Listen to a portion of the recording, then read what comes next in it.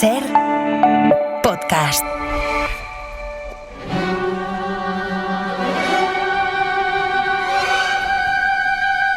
Ser Historia, Cadena Ser, con Nacho Ares.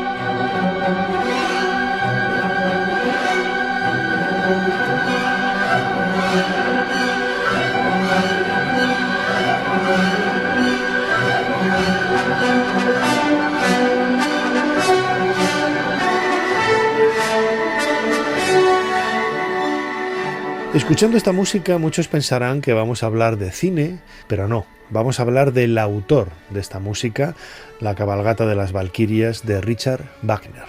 A él vamos a dedicar el cronovisor de Jesús Callejo, esta máquina del tiempo que nos va a hacer viajar a una época en la que la música luego influyó tendencias políticas, pero también fue una especie de escaparate donde la sociedad marcaba una identidad muy característica, muy personal, precisamente alrededor de estas grandes piezas musicales, de las óperas y de aspectos de la cultura que hoy quizás nos suenan un poco más extraño porque inmediatamente lo identificamos con otro lado, otro perfil de la cultura, que es el cine, y sin embargo pues realmente nada tiene que ver. A Wagner vamos a dedicar el cronovisor de Ser Historia, pero como siempre será uno de los muchos temas que trataremos en este programa, en el que como siempre intentaremos hacer un poquito más de historia.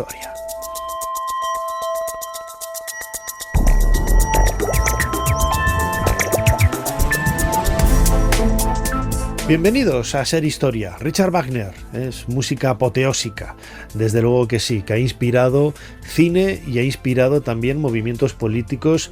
A él vamos a dedicar, a Richard Wagner, vamos a dedicar el cronovisor junto con Jesús Callejo. También hablaremos de Arsínoe IV, la hermana de Cleopatra VII, esta reina de Egipto. Arsínoe IV quizás es una de las reinas también de la dinastía tolemaica menos conocidas, pero con un papel muy importante por todo lo que hubo alrededor de su figura.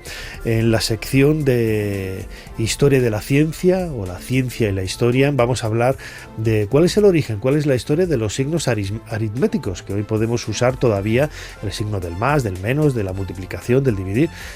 Es realmente una historia muy curiosa, y acabaremos nuestro programa de hoy de Ser Historia hablando de la historia del teatro en el siglo XVII y sus orígenes, o por lo menos esos elementos paralelos que hay alrededor del Corpus Christi, de la festividad del Corpus Christi, que tiene muchos elementos en común. Os van a sorprender, estoy convencido.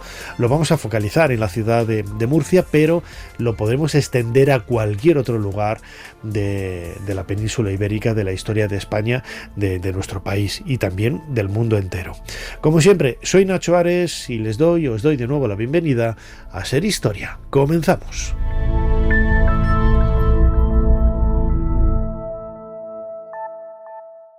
Sigue a Ser Historia en las redes sociales.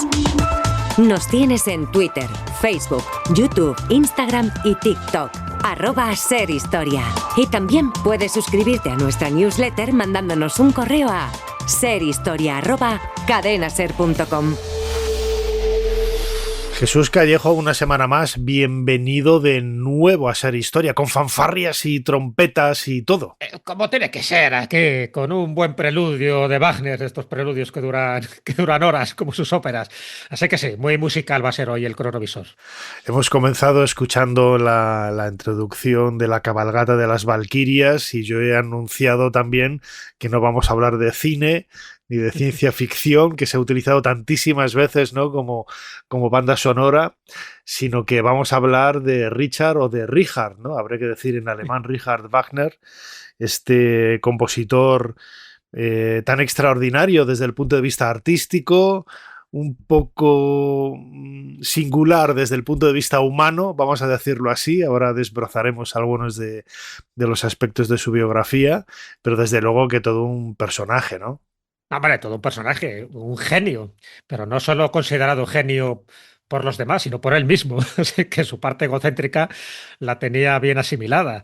Era un personaje, pues eso, clásico un poco también de su época, que le toca vivir, que estamos hablando del siglo XIX, Una época pues bastante convulsa, en fin, con guerras napoleónicas, pero también con movimientos esotéricos de los que él bebe, aunque él en principio no forma parte de ninguna sociedad secreta, pero sí le hizo ser bastante polémico, creó o generó varios escándalos en la sociedad de su época, no solo ya por los temas tratados en sus óperas, que como bien sabes, habla mucho de personajes malditos, pues eso, mitología nórdica, de la cábala, de la magia, sino también un poco por sus relaciones amorosas, en fin, y ya no digamos por su pensamiento antisemita. En fin, todo eso es lo que hizo que tuviera muchos amigos, que tuviera muchos enemigos, que no pasara desapercibido en ningún sitio por donde iba, que incluso tuvo un exilio, ¿no? Él estuvo gran parte de su vida viviendo en Suiza, que tuvo grandes mecenas como Luis II de Baviera, el rey loco. Y, en fin, tiene una vida que es desde luego es para desgranar punto por punto, porque conoció a lo más granado de la sociedad, tanto de compositores como los políticos que había en aquel momento, gente que le siguió y que también pues creó, quieras o no, un estilo, ese estilo wagneriano de sus músicas y crear también ese gran teatro en Bayreuth. Bueno, pues todo eso hizo que no solo en su época, sino después de su muerte, todavía se le siga reverenciando, se le siga escuchando, en algunos casos se le siga odiando, pero por una personalidad multifacética que tuvo Richard Wagner. Y es un poco lo que intentaremos desgranar en este cronovisor, porque como ves tiene muchas aristas, muchos flecos, muchas luces y muchas sombras. Uh-huh. Bueno, pues como siempre tenemos aquí el teclado de nuestro cronovisor, de nuestra máquina del tiempo. Jesús, ¿cuál es la fecha que nos propones en esta ocasión? La fecha es el 13 de agosto de 1876.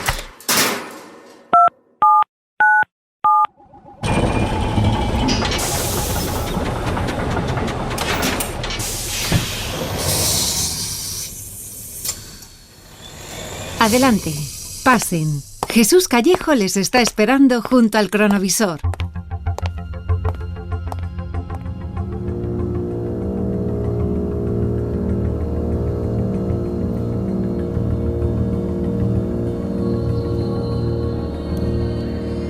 Uy, Jesús, qué elegancia en nuestro vestir.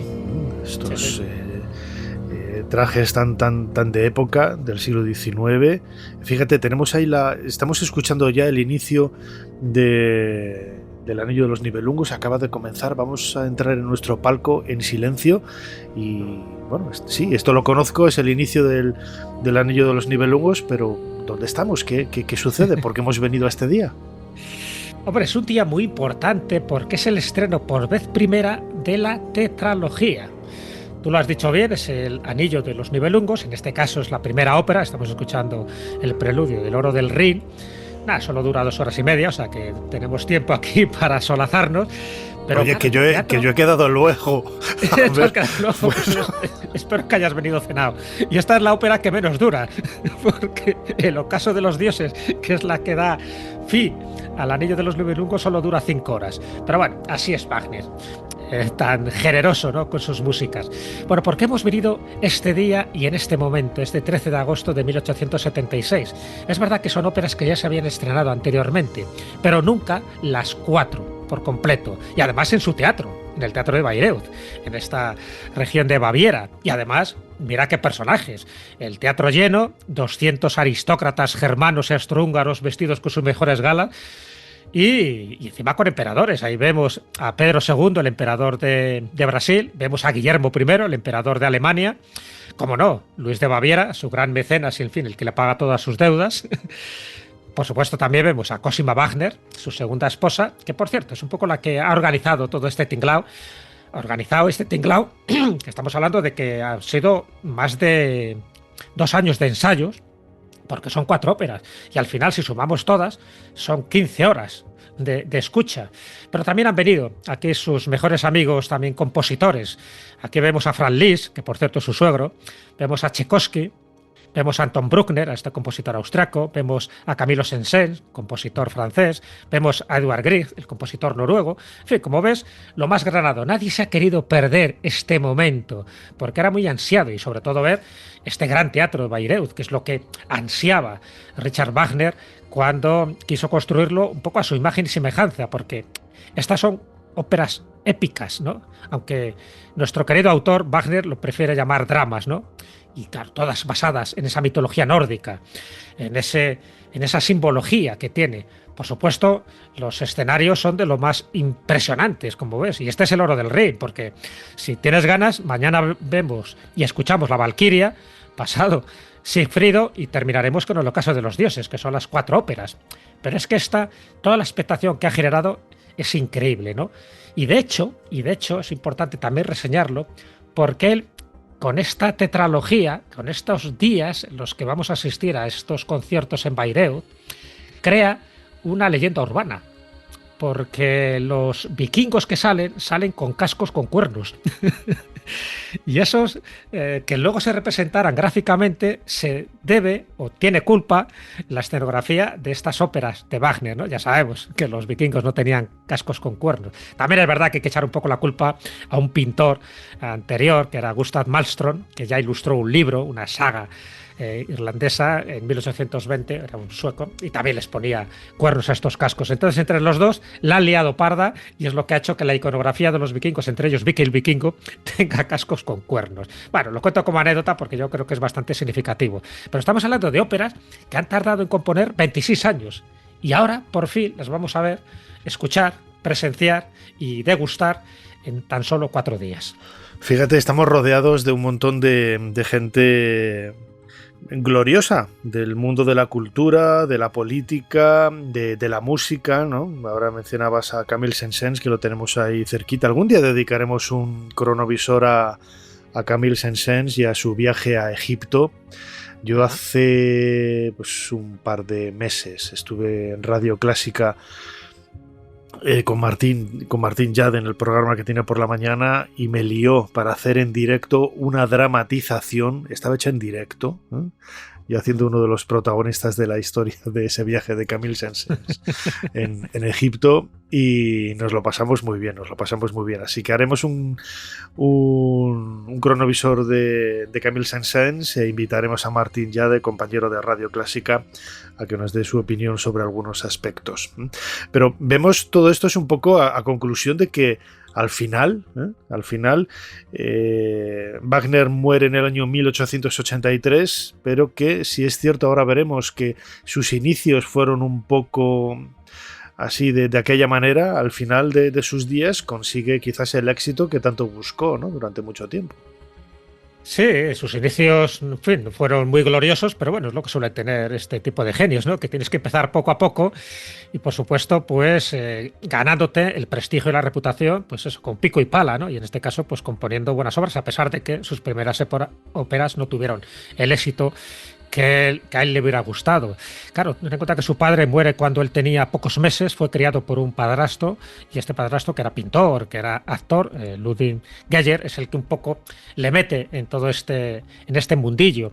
Sus hermanas ya también apuntaban maneras, ¿no? Porque Rosalía era actriz, Clara llegó a ser cantante, y lo interesante de Wagner es que desde muy jovencito ya empezó a componer, le gustaba el teatro, él incluso quería ser dramaturgo, pero luego se dio cuenta que sumando teatro y sumando música, pues creabas óperas, y además él hacía los libretos, y quedaba mucho mejor, ¿no?, aquello.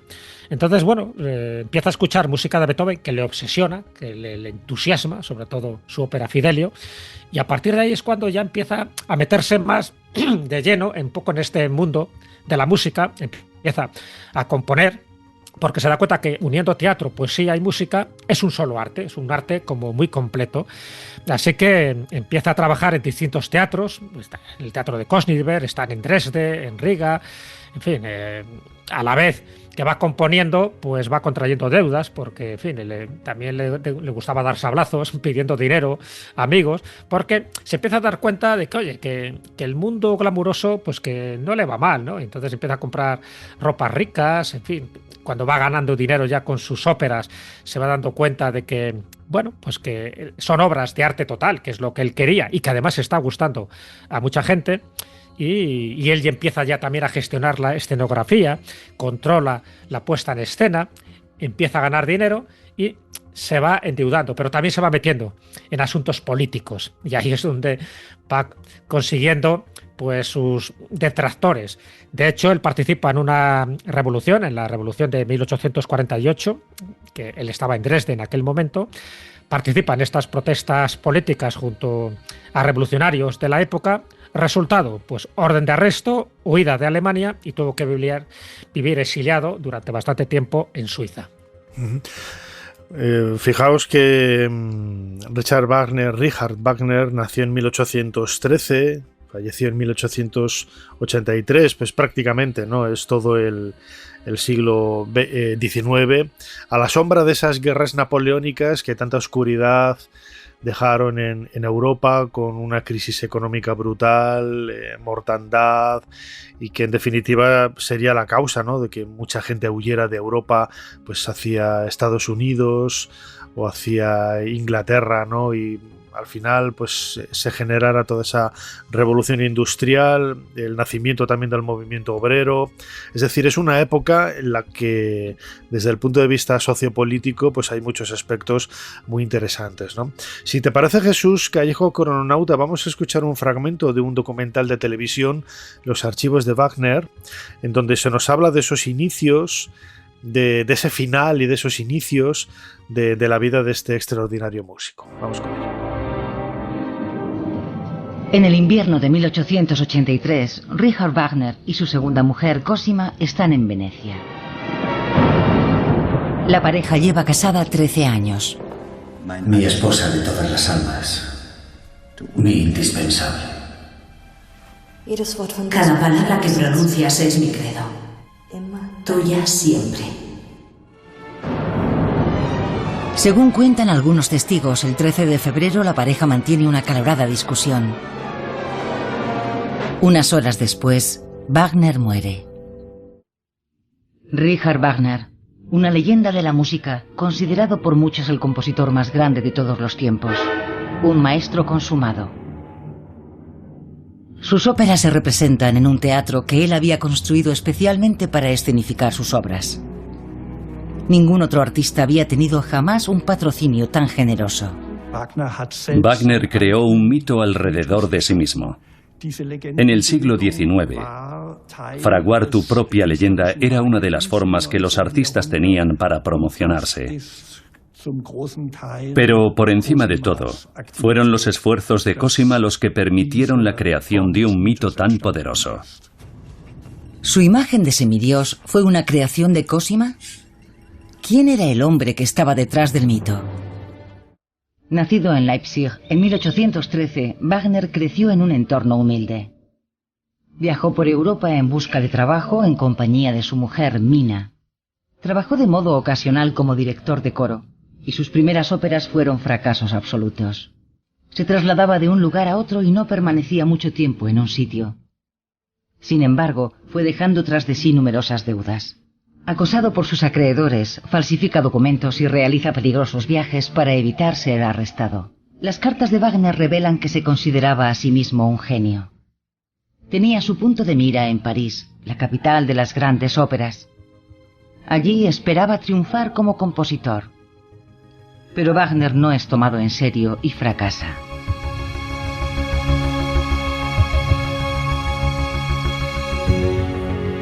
Jesús, decías antes que Wagner está, como sucede con muchos intelectuales y muchos artistas del siglo XIX, influenciado por todo lo que tiene alrededor, no solamente pues esa propia crisis económica que generan las guerras napoleónicas, hace exacerbar los nacionalismos, que luego sería pues algunas de los pilares también del pensamiento del propio Wagner. Es un momento en el que empiezan a subyacer, y no tanto a subyacer, sino a flotar movimientos como el espiritismo y en definitiva pues algo que también le encantó a Wagner durante toda su vida, que era la mitología, las leyendas, ¿no? Y que proyecta muy bien en toda su obra. Todo ese caldo yo creo que fluye de una forma extraordinaria en la obra de Wagner. Sí, sin ningún tipo de duda. Él está muy influenciado por las ideas filosóficas y políticas del momento. Él es muy admirador de Schopenhauer, ¿no? Le encanta la filosofía de Schopenhauer, igual que le encanta a Nietzsche, que por cierto entablan una buena amistad al principio entre los dos por su pasión con Schopenhauer y sobre todo pues con las ideas filosóficas que así se entablaban, incluso también con esa parte esotérica y con esa parte de mitología, de paganismo que tanto les atraía a los dos. Luego terminaron como terminaron, ¿no? Como el Rosario de la Aurora, tanto Nietzsche como Wagner. Pero sí que a él le interesaba, a Wagner, mucho de ese elemento que no era cristiano exactamente, lo cual ya te digo, también le generó cierta polémica, pero sí que le gustan mucho las leyendas, las tradiciones. De hecho, su primera ópera es Las Hadas, ¿no? Que está basada en un cuento de Gocci. Luego, él, por ejemplo, lleva también a escena y hace una ópera de Rienzi, que es una obra de Bulwer Lytton. Bulwer Lytton es el autor que escribe La raza que vendrá, donde habla de una raza subterránea, que tienen una arma poderosa, que es el Brill. Bueno, Rienzi va por otros derroteros, pero está adaptando una obra de un autor bastante esotérico, ¿no? Del momento. Entonces, claro que le interesa muchísimo todo este mundo simbólico, cabalístico, muy relacionado también en obras posteriores con la mitología nórdica y sobre todo con la mitología vikinga. Está claro que está muy influenciado. Incluso dicen que él intentó entrar en una logia masónica en Leipzig, algo que no está demostrado, pero sin embargo en obras posteriores, por ejemplo con la de un español como es Mario Rosso de Luna, él analiza la figura de Wagner desde ese punto de vista, desde un punto de vista teosófico, mitológico y ocultista, y él considera que ciertas óperas de Wagner, como Las Hadas, como Lohengrin, como El Anillo del Nibelungo, pues sí que están asociadas a un toque teosófico, que como bien sabes es un movimiento ocultista que surge con Blavatsky a finales del siglo XIX. Incluso Rosso de Luna piensa que Sigfrido se puede asociar a Buda, porque Richard Wagner le interesaba mucho el hinduismo, le interesó mucho también el budismo, le interesó muchísimas de las disciplinas religiosas, aparte también del cristianismo. De hecho, al final discutió con Nietzsche, antes de que Nietzsche terminara mal, o sea, acabara totalmente loco, pues discutió precisamente por el nacionalismo que adquirían las obras de Richard Wagner, y también discutió sobre todo, porque es un punto importante a resaltar, por ser antisemita.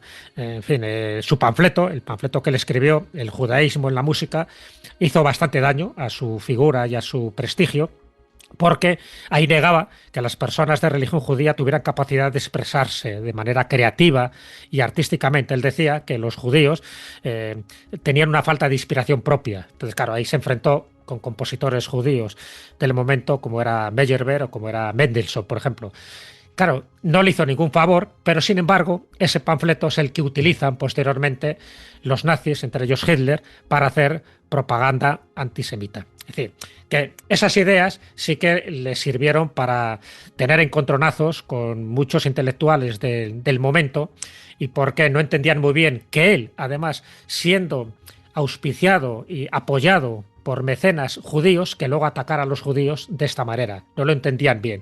Es decir, que al final atacaron un poco a Richard Wagner porque dice que al final iba a lo suyo y que utilizaba un poco a la gente pues para su uso y su conveniencia. Y muchos de los que le ayudaron, entre ellos Meyerbeer, al que criticaba, Meyerbeer le ayudó, por ejemplo, cuando estuvo con dificultades económicas. Es decir, que no fue muy grato con mucha gente y por eso le generó muchísima polémica. Clara Schumann, por ejemplo, no le gustaba su arrogancia y su risa lloricona, así lo decía claramente.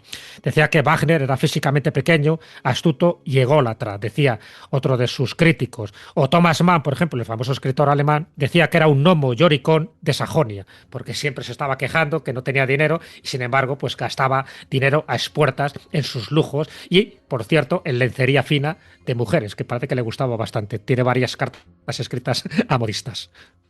El judaísmo en la música es el más abominable de los panfletos de Wagner. Inicialmente fue publicado bajo seudónimo y más tarde con su nombre. El elemento racista de el judaísmo en la música se basa en diversas acusaciones contra los judíos. Dice que no saben hablar ni cantar correctamente y que su discurso es un balbuceo confuso e insoportable. Wagner utiliza el lenguaje más abominable para describir todo esto. Realmente da la impresión de que lo hace impulsado por un sentimiento de profunda animadversión.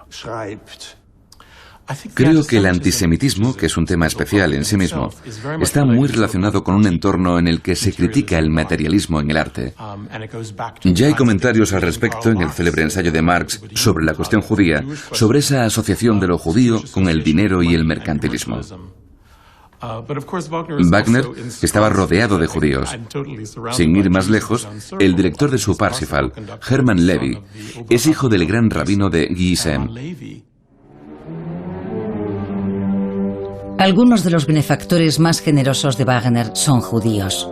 Sin embargo, en una época plagada de antisemitismo, el odio de Wagner hacia los judíos le sirve para acrecentar su mito y le ayuda a progresar en su carrera. Wagner hizo observaciones muy controvertidas.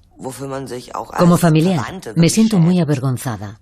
Si estuviera vivo, me encantaría demostrarle mi enfado y enfrentarme a él. Posteriormente, los nacionalsocialistas verían en Wagner a un precursor y lo elevaron a la categoría de héroe. Tras la muerte del compositor, Cosima hace todo lo posible por preservar esa imagen. El siguiente capítulo de nuestra historia familiar es igualmente ignominioso, y tengo que aceptar que formo parte de esta familia. Soy consciente de nuestra historia y tengo que lidiar con ella. Todavía hoy sigue siendo un tema espinoso.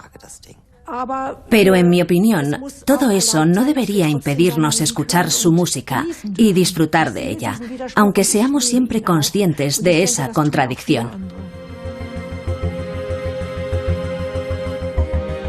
Escuchábamos un nuevo fragmento de este documental Los archivos de Wagner, en donde varios expertos, incluso algún descendiente, hablaba de esa idea antisemita tan presente en la obra de Wagner. Jesús Callejo, crononauta, lo comentabas antes de este corte, se le ha calificado también de travesti, porque le gustaba, ¿no?, vestirse de mujer, o por lo menos eso es lo que cuenta en algunas cartas. Él estuvo casado con Cosima, una hija natural de Liszt. Bueno, pues el mundo también quizás más personal de Wagner matiza, ¿no?, también algunos de los aspectos de su obra y lo convierte todavía en alguien mucho más singular, ¿no? Hombre, es que ya si entramos un poco en el salseo, ¿no?, y en su vida privada, pues también generó, ¿no?, muchísima controversia. Y más en aquella época. O sea, y más por en ejemplo, aquella época. Liszt nunca reconoció casi como tal, creo, a su hija Cosima, pero bueno, la mandó a educar de una forma extraordinariamente religiosa, que era lo que se llevaba en aquella época, e imagino que esa presencia de Wagner vistiéndose de mujer, etcétera, pues chocaría, ¿no?, en aquella época Wagner, tan conservadora. A Wagner le criticaban, a ver, hay muchas cosas que están por demostrar también, es que tuvo muchos enemigos y por lo tanto pues lanzaron bastantes libelos contra él, ¿no? Dos de los libelos era ese, ¿no? En fin, su afición por la lencería, pero no la lencería para comprar a su mujer, sino que él también se la ponía. Y también un poco las supuestas relaciones homosexuales que tuvo con Luis II de Baviera. Luis II de Baviera, como bien sabes, nunca se casó, sí tenía tendencias homosexuales, tuvieron una relación muy íntima y de hecho cuando Luis II de Baviera se corona en 1864 le llama Wagner a la corte de Múnich y de hecho pues le da todas las facilidades, le paga todas las deudas y tenían una relación muy estrecha y algunos dicen, algunos malpensantes, que posiblemente esa relación era mucho más que amistad, ¿no? Pero bueno, ahí queda la cosa. El hecho es que Wagner sí tiene dos matrimonios. El primer matrimonio es con Mina Planner, con una actriz con la que se casa en 1836 y al final acaba muriendo, se queda viudo. Pero antes de quedarse viudo ya tuvo una relación con Cosima Liszt. Claro, con Cosima Liszt, lo curioso es que cuando él tiene esa relación con Cosima, ella estaba casada con un director de orquesta, con Von Bülow.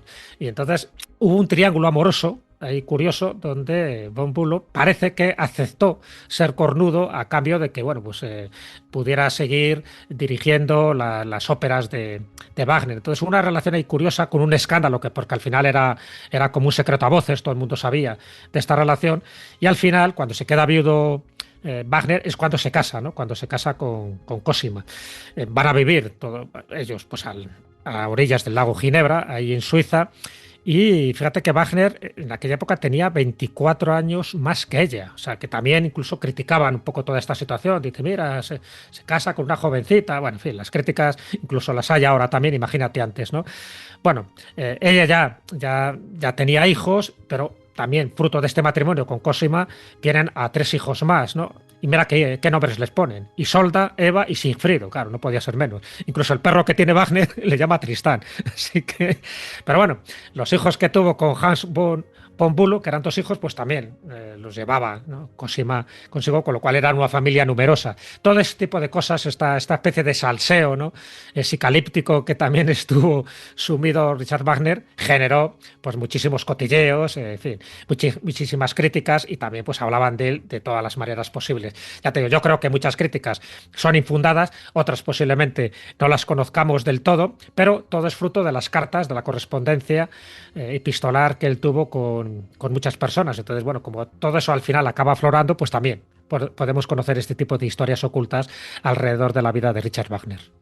Vemos que no perdía el tiempo. La verdad es que estaba entretenido a más no poder, ¿no? Y rodeado, como decíamos antes, de ese mundo cultural en el que, bueno, pues sucede hoy igual, ¿no? La gente se viste quizás de un conservadurismo extremo y luego es más hipócrita y más falso.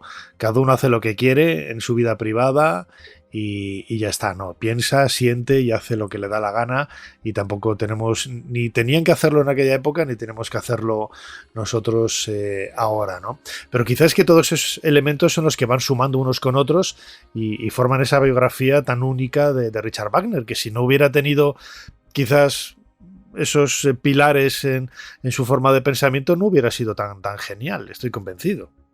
No, está claro. A ver, que si tú analizas la vida íntima de todos los grandes genios, sean compositores, sean escritores, en fin, sean políticos, sean pintores, siempre verás que hay partes pues, en las que tú puedes coincidir y partes en las que no puedes coincidir. Es el viejo debate de si tú lees a un escritor que te gusta muchísimo cómo escribe, pero luego conoces un poco que su vida privada era un poco depravada, a partir de ahí te influye la lectura de esa obra o te influye los cuadros que él ha pintado. En fin, es muy difícil desligar la parte personal de la parte profesional. Está claro que ese antisemitismo de Richard Wagner ha hecho que mucha gente, pues sobre todo judíos, pues no escuchen sus óperas porque consideran que hizo un flaco favor, ¿no? al movimiento judío de aquella época. Bueno, pues está claro que siempre hay que ver los dos aspectos. Es cierto que la personalidad de Richard Wagner pues era un poco turbulenta, incluso tabernaria, y lo digo tabernaria con el sentido etimológico de la palabra, porque él frecuentaba tabernas, frecuentaba bares, sobre todo cuando estaba en Leipzig, y no solo bebía cerveza, sino que también se metía en muchas peleas. O sea, que ya desde joven apuntaba a manera de que su carácter era pues bastante duro, ¿no? Y ese carácter, pues ya te digo que le granjeó pues, momentos bastante curiosos. El hecho de que él amara a los perros también es un punto a favor para mucha gente, ¿no? Porque él siempre tuvo a perros a su lado. Empezó con Yago, que era un dogo alemán, Ruppel, por ejemplo, que era el caniche marrón que tenía su primera esposa Mina, y él tuvo también a Tristán. Incluso decía, Cosima, su mujer, decía que Tristán entendía mejor la música de Wagner que muchos críticos, o sea, porque se quedaba embelesado su perrito escuchando la música. También tenía la costumbre de darse baños perfumados, ¿no? Con leche de iris, mientras trabajaba, por ejemplo, en Parsifal, que es bueno, su última ópera y posiblemente su ópera más esotérica de todas las que él compuso. Ten en cuenta que él, en esa última etapa, Parsifal la compone en 1882, los temas que trata es el Santo Grial, los caballeros del Santo Grial, además en la montaña de Montsalvat, que considera que está en España, por lo tanto mucha gente lo asoció a Montserrat. Él habla del rey Amfortas, que es el rey de estos caballeros que buscan el Santo Grial, él habla de la lanza sagrada, él habla de los ritos de iniciación, en fin, toda esa parte última de su periodo, pues hizo que se metiera muchísimo más en los temas, vamos a llamarlos esotéricos, ocultistas, porque le interesaba muchísimo también el Grial con todo lo que significa el Grial. Fíjate que él lo escribe ya en una etapa final de su vida, y el Grial lo que te da es la longevidad, lo que te da es el elixir de la eterna vida. Por lo tanto, él iba buscando un poco esa inmortalidad que evidentemente no consiguió, porque muere con 69 años y además muere precisamente, como se escuchaba en uno de los audios, con una discusión que tiene con Cosima, y y él ya padecía del corazón y al final sufre un ataque del corazón en ese año 1883 y además un 13 de febrero. Y resalto del 13 de febrero porque una de las, vamos a llamarla, de las ideas que se han fraguado en torno a la biografía de Richard Wagner es que él tenía una cierta manía al número 13. Y si quieres, te analizo una serie de elementos por qué algunos biógrafos consideran que el número 13 le estuvo condicionando toda su vida. Y de hecho, muchos de los hitos históricos suyos ocurren un día 13. Acuérdate cuando hemos empezado el cronovisor. Ajá. Un 13 de agosto. Sí, ¿vale? sí, me acuerdo. Bueno, él nace en 1813. Si sumas los 4 dígitos, suman 13. Él muere un 13 de febrero. Él publica 13 obras. Si sumas las letras de su nombre y apellido, tiene 13 letras. Tannhäuser la termina un 13 de abril. Esta misma obra fue estrenada en París un 13 de marzo, en este caso de 1845. ¿Qué más? Pues su suegro, Franz Liszt, le visita por última vez el 13 de enero de 1883. Que fallezca en Venecia el 13 de febrero, vale, pero es que se conmemoraba el 13º aniversario de la unificación nacional alemana, justo en ese momento. No sé, son varias circunstancias que algunos dirían que son casualidades, otros que no, y porque ese número parece que le persiguió a lo largo de su vida y sobre todo con fechas muy concretas de su biografía, de cuándo termina sus obras, de cuándo estrena las óperas, etcétera, etcétera. Otro compositor, por ejemplo, al que le persiguió el número 13 fue Arnold Schoenberg, ¿no? Un compositor austriaco que padecía, técnicamente, a ver si lo sé decir, es triskaidekafobia, es decir, esa especie de fobia al número 13. Bueno, pues tanto Wagner como en este caso Arnold Schoenberg parece que eran dos compositores donde el 13 lo tuvieron ahí como una espada de Damocles. No sé si se sabe para bien o para mal, pero bueno, no por casualidad sus días 13 tuvieron mucha influencia en acontecimientos que marcaron, como no, el resto de su vida. Una biografía absolutamente genial, curiosa, condicionada por el entorno del momento que le tocó vivir. Esta de Ricardo Wagner, como leeríamos en la espasa, ¿no? Todos los nombres traducidos al castellano. Algunos de los millennials que nos están escuchando dirán, ¿qué es eso de la espasa? Bueno, pues era una Wikipedia antigua en un montón de volúmenes donde lo sigues encontrando absolutamente todo. El Espasa Calpe, además cada tomo pesaba lo suyo, tenía peso específico. Sí, Desde luego, una pasada. Muy bien, Jesús Callejo, crononauta. Hemos disfrutado mucho con este viaje a la música de Wagner, a su biografía más oculta, ese mundo también más misterioso, más esotérico, más mágico. Como siempre, muchísimas gracias una vez más por habernos ayudado a hacer un poquito más de historia. Ha sido un placer poner este broche musical para el día de hoy.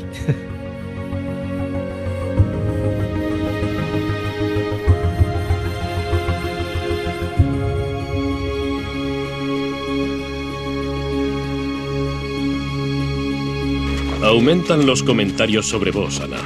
¿No os causan preocupación? Al contrario, Majestad. No me siento en absoluto incordiada. Me agradan, aunque sean mentira. ¿Acaso os preocupan esas voces del populacho? Por la parte que a mí concierne, ciertamente no. Si no hablaran de mis amoríos con vos, lo harían de la esposa de cualquier otro secretario. Prefiero que hablen de mí. Así no se olvidan de quién soy. Ana de Mendoza, princesa de Éboli. Ser Historia con Nacho Ares. Todo lo que quisiste saber de la historia, la madrugada del sábado al domingo, en la cadena SER. En 1929, un equipo dirigido por el arqueólogo austríaco Joseph Keil encontró un misterioso sarcófago lleno de agua mientras exploraba las ruinas del octágono de Éfeso.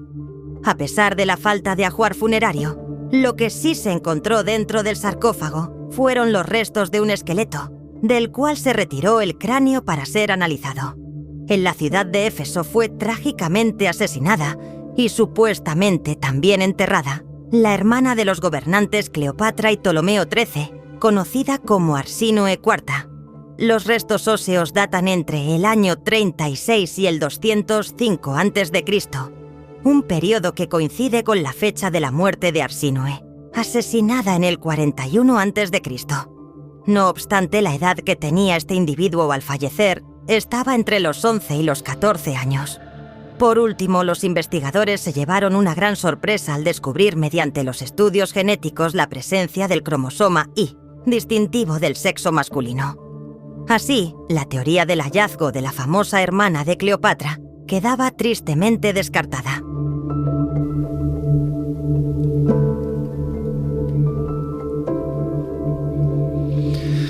Escuchábamos una lectura del texto de Berta Eril Soto en la página web de National Geographic, hablando de la investigación sobre los restos aparecidos en Éfeso, que en un primer momento, albricias, ¿no?, se pensaba que eran los restos de Cleopatra, la hermana de Cleopatra, mejor dicho, Arsínoe, y que podrían comenzar, ¿no?, a verter un poco de luz sobre el misterio que hay alrededor de la reina. Pero luego, bueno, se confirmó que era en realidad un crío de 10-11 años y, bueno, chasco grande, pero bueno, la investigación sigue ahí, ¿no?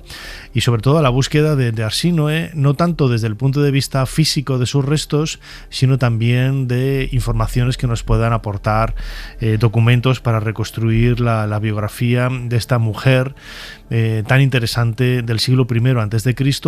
y hermana, como digo, de Cleopatra VII, la grandísima Cleopatra que todos conocemos. Nieves García, bienvenida a Ser Historia. Hola, ¿qué tal? Encantada de estar aquí contigo. Nieves García acaba de publicar con mascarón de proa Arsínoe, reina de Alejandría. La mujer que le arrebató el trono a su hermana mayor, Cleopatra, y se atrevió a enfrentarse a Julio César para salvar a Egipto de Roma. La primera pregunta que te quería hacer, ¿quién era realmente Arsínoe? Bueno, pues Arsínoe sabemos que sí, era la hermana pequeña de Cleopatra. Eran hijas de Ptolomeo XII, el llamado Auletes, también le denominaron bastardo porque, bueno, era hijo de una concubina. Su padre era Ptolomeo IX Látiro, que le llamaban así Garbanzo. Entonces, bueno, digamos que cuando llegó a reinar Ptolomeo XII, Roma ya estaba ahí, ¿no? Y este rey, pues la verdad, Roma le presionaba en el sentido de que para legitimar ese reinado de él, pues tuvo que vivir a base de sobornos, a base de préstamos. De hecho, cuando Roma se acesionó de Chipre, otro hermano que tenía allí, se llegó a suicidar, algo que los alejandrinos, que en esa época pues casi decidían lo que sucedía o quién gobernaba o no en esa casi ciudad-estado, ¿no?, en el delta, pues Ptolomeo XII se tuvo que ir de Alejandría. Entonces, digamos que Arsínoe, en esa situación, Cleopatra, cuando vuelve Ptolomeo XII, acompañado del Aulo Gabinio, procónsul de Siria, con una legión y también pagando 10.000 talentos, en ese momento pues una gran cantidad de dinero, pues estaba claro que Roma ya no iba a irse de ahí. Todavía no lo quería cesionar como provincia. Egipto ya lo intentó varias veces, sobre todo Julio César ya lo intentó. Entonces, cuando Ptolomeo XII muere, ya Cleopatra se hace reina. Estaba Arsínoe ahí como su hermana. Desconocemos realmente cuál fue su vida, ¿no?, en esa corte alejandrina llena de intrigas. Sé lo que te iba a decir, porque, bueno, lo escuchábamos ahora, ¿no?, que Marco Antonio mandó seguramente asesinar a Arsínoe en Éfeso cuando ella estaba allí un poco exiliada. Ahora contaremos algunos detalles, pero podríamos decir, bueno, qué situación más convulsa, ¿no? Pero desde que la llegada de Ptolomeo I en el siglo IV a.C.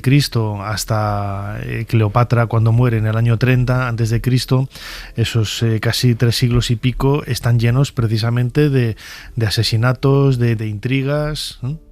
Sí, de hecho, a lo mejor los oyentes pues hablamos de la dinastía ptolomeica.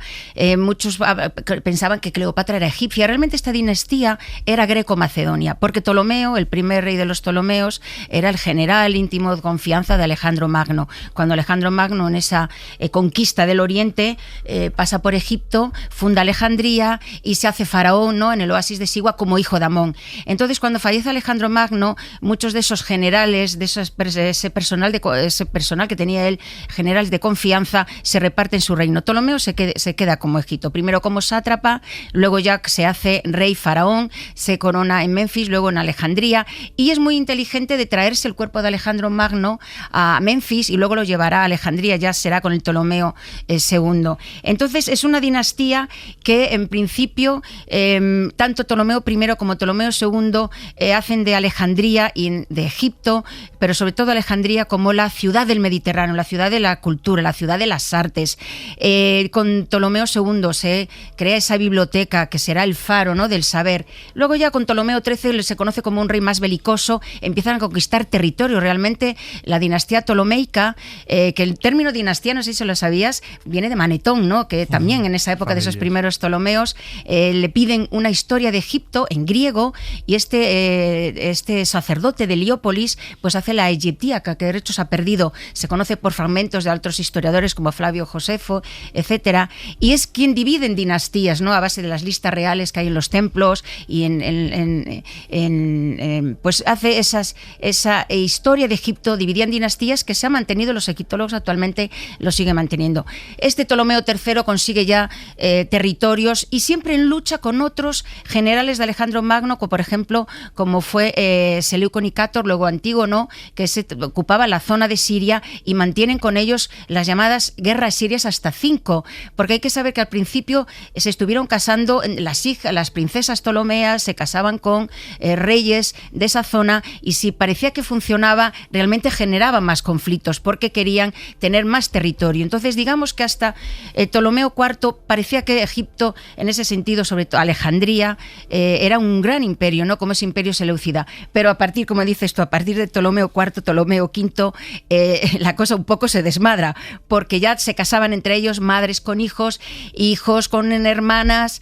Ptolomeo II y Arsino II ya se casaron, fue algo que no se veía bien, pero ellos también decían, bueno, pues los antiguos reyes faraónicos se casaban entre ellos, y bueno, se aceptó, ¿no? Sí, era una interpretación más que humana, divina. Es Exacto, decir, y se deificaron era realmente. Una serie de parejas divinas que en su concepción de la realidad era absolutamente normal, ¿no? Y todo eso genera pues un ambiente bastante intrigante, que también vemos, ¿no?, con Cleopatra VII y esa guerra civil de Alejandría entre Julio César, Cleopatra y Ptolomeo XIII, el hermano de Cleopatra, que estaba aliado con Arsínoe, ¿no? Es quizás también ese momento convulso en el que la familia, ya los últimos estertores, ya colapsa y todos contra todos, ¿no?, a ver quién se hace con el trono, ¿no? Efectivamente, en este libro pues se trata un poco de eso, porque mira, te voy a contar que tú hablabas de lo que introducías el programa, ¿no?, de esos restos. De hecho, mi libro empieza en Éfeso.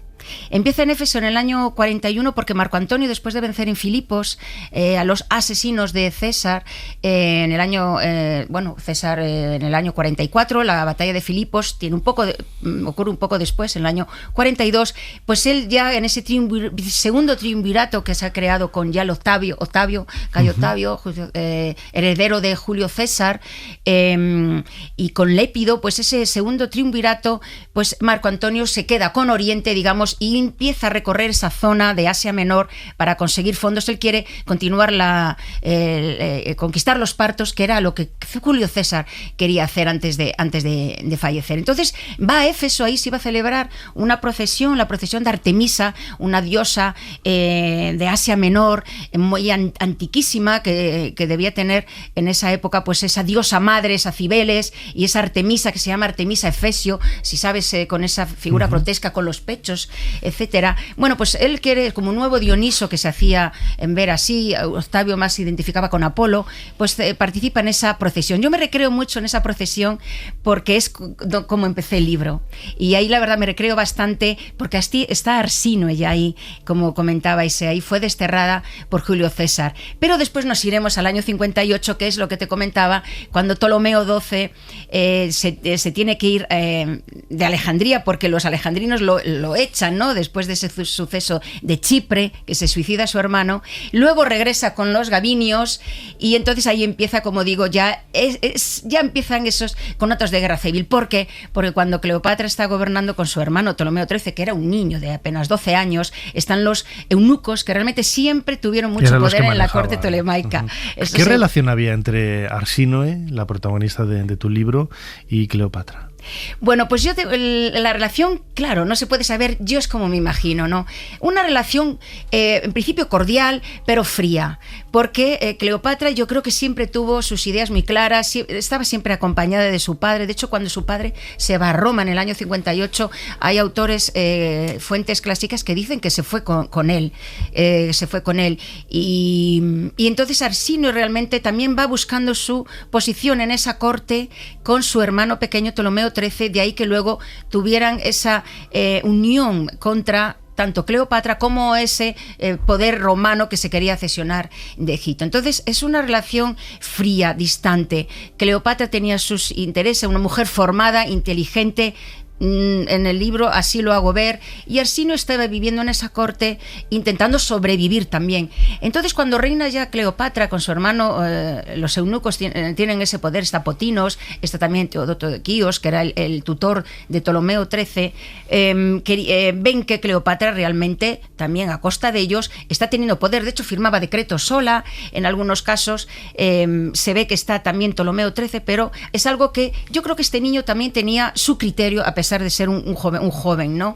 Debía tener su carácter, porque si hay algunas fuentes, lo dice incluso Julio César cuando habla de esta guerra alejandrina, hay algunas escenas que habla de un niño un poco rebelde, que se enfada, etcétera. Y luego harían que se ahogara, ¿no? Bueno, harían que se ahogara. Bueno. No sé si harían que se ahogara, pero es verdad que en esa batalla, la última, la batalla del Nilo, pierde la vida en el río. Y bueno, yo también así lo reflejo. Es muy divertido ficcionar, la verdad. Yo me he divertido mucho porque claro, cuando me estuve investigando... Sí, porque no deja de haber yo también hago novela histórica, claro, no deja de haber un trasfondo real, sí, un trasfondo histórico, y yo creo que con charlas como esta o con ensayos, con otro tipo de libros se puede completar la información, ¿no? Y verter, como decía antes, un poco más de luz en todo ello, ¿no? A mí me parece un trabajo encomiable, ¿eh? Sí, efectivamente. Después de consultar tantas fuentes dices... Lo haces como un ensayo, pero tendría que tratarse de otra manera la documentación. A mí siempre me gustó escribir ficción, ¿no? Aunque es mi primera novela histórica, pues siempre imaginas esos personajes. De hecho, Arsínoe es Arsínoe, cuarta reina, pero las mujeres que hubo reinas en esa dinastía tolemaica realmente tuvieron vidas apasionantes para escribir libros y libros. Eran verdaderas matriarcas que arengaban ejércitos. Entonces, el caso de Arsínoe IV no es raro, ¿no? De hecho, Cleopatra, cuando ve que esos eunucos y que su hermano pequeño se le pone un poco rebelde, tiene que huir de la corte. Entonces primero busca apoyo en el sur, parece que consigue dinero, fondos, pero se va ya a las tribus árabes, tenía allí apoyo porque fueron territorios de estos reyes en la zona de Canaán, se va a Ascalón y ahí ya reúne un ejército para volver de nuevo a Pelusio, que es esa ciudad fronteriza, donde también ahí está su hermano Ptolomeo XIII. Yo creo que ahí ya Arsínoe ya realmente... ya que su hermano está en Pelusio, ella ya es la única representante real que está en Alejandría. De hecho hay un tratado que firma el rey y la reina del año 49, y no se sabe si a lo mejor ya Arsínoe era esa reina, ¿no? Lo que está claro es que, por ejemplo, Dion Casio pues ya cita que en esa ya guerra civil, ¿no? Dice que la nombraron reina, y ahora que tenían un miembro de la familia, Ptolomeo, a quien seguir, emprendieron la guerra con mayor ahínco. Ya estaba Julio César en Alejandría, ahora lo comentaremos, y César dirá de Arsínoe en esas guerras alejandrinas: la hija menor del rey Ptolomeo albergaba esperanzas de ocupar el trono vacante. Entonces, realmente... me parece increíble que se conozca poco de este personaje cuando llegó a ocupar ese reino y sobre todo enfrentarse a Julio César, que en el año 49 cruzaba el Rubicón, o sea que ahí empezaba una guerra civil en Alejandría, pero en Roma no pasaba cosa menos, ¿no? Desde luego. Decir. Además hay un momento, yo creo que un antes y después en la vida de Arsínoe, que es después de perder la guerra civil en Alejandría. Ella es llevada, ¿no?, como derrotada y es paseada por las calles de Roma, que luego sería quizás la razón por la que Cleopatra se quitó la vida, porque no quería repetir esa misma acción tan denigrante y humillante que su hermana había vivido décadas antes, ¿no?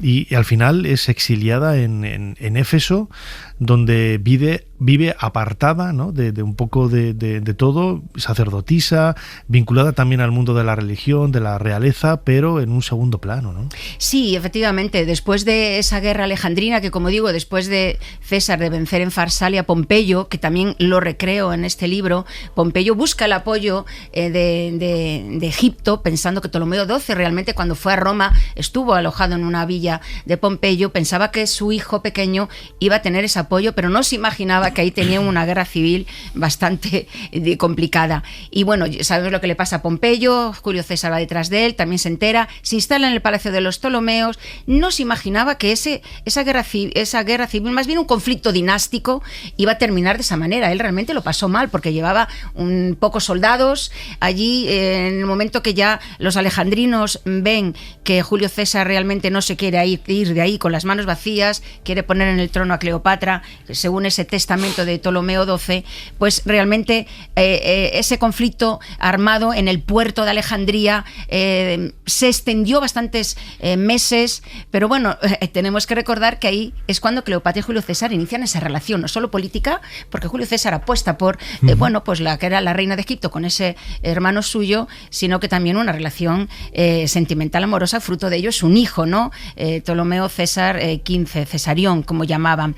Y efectivamente, pues ahí Arsínoe no sale muy bien parada en esa guerra que se desarrolló entre el año 48-47 a.C.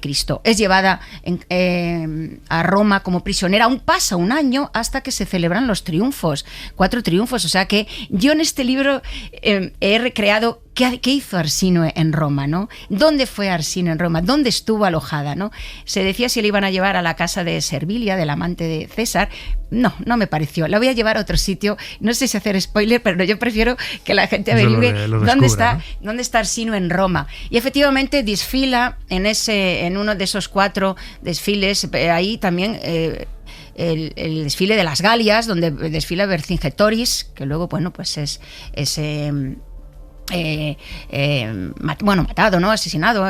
Y luego Arsínoe, que lo que dices tú debió ser tan humillante para ella, aunque bueno, yo recreo, la verdad, cuando leo la parte esa del desfile por Roma, me emociona, es la parte que más me gusta. ¿Sabes? Cuando escribes y dices, esto me ha quedado bonito, me ha quedado redondo, lo leo y me gusta, ¿no? Hay otras partes que dices, yo ya le digo al lector, hay partes que hablo mucho de Alejandría, de Roma, de la política, de cómo era la Alejandría del siglo I, una política pues muy de temas fiscales, económicos. También hablo del Egipto milenario, porque hay un personaje que es un sacerdote, lector del templo de Edfu, que es Apolinópolis Magna en ese momento, con Horus, de Apolo, y entonces es Egipto de ese siglo I antes de Cristo, y bueno, yo espero que el lector, pues yo lo veía necesario para que se pudiera meter en ese ambiente. Sí, desfila encadenada y bueno, luego es César le perdona la vida, ¿no? Algo que no le debió gustar nada a Cleopatra, porque era una enemiga que tenía y le quiso ya quitar el trono. Un ejército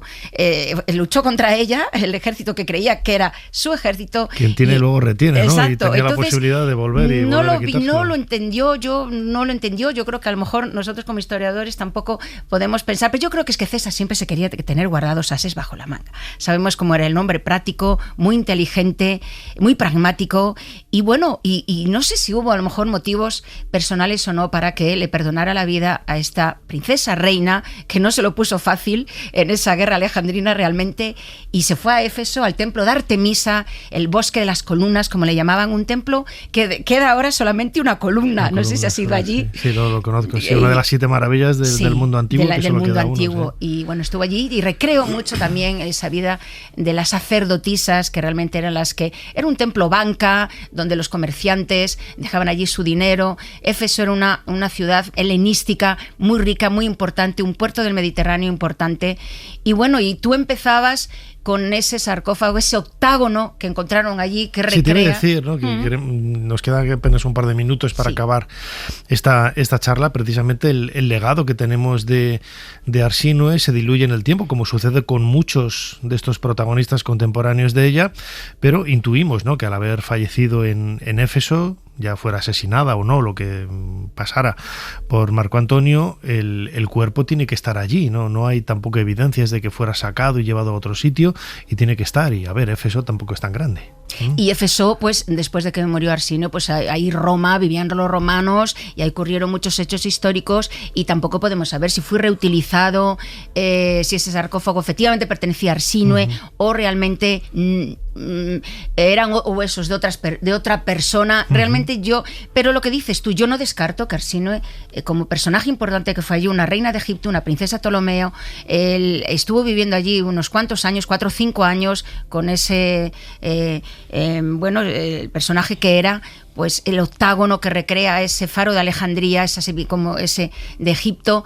Yo no descarto que efectivamente allí fuera enterrada, en esa zona dentro de las murallas, al lado de la vía de los Curetes, que era una vía procesional muy importante. Pues yo no lo descarto, claro que no. Y además al final del libro hago una especie de epílogo donde también incluyo, me dio tiempo, porque esto que contabas de que se pertenecía a un joven fue del año pasado, realmente sí, hace poco. Es muy, muy temprano ese descubrimiento. Entonces, bueno.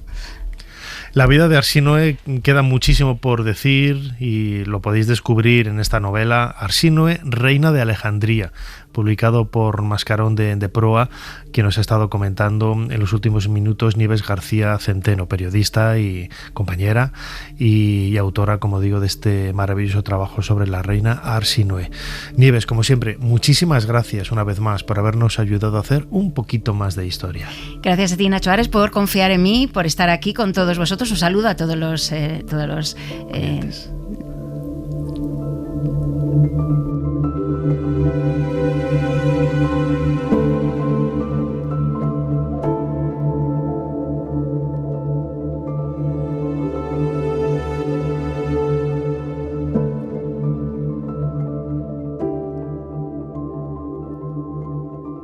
Una epopeya sin par, la Odisea de Homero, canta el destino de Odiseo, el astuto rey de Ítaca. 10 años ha luchado en Troya y 10 más batallará contra el mar y la cólera de los dioses. Ser Historia con Nacho Ares. Todo lo que quisiste saber de la historia, la madrugada del sábado al domingo en la cadena SER.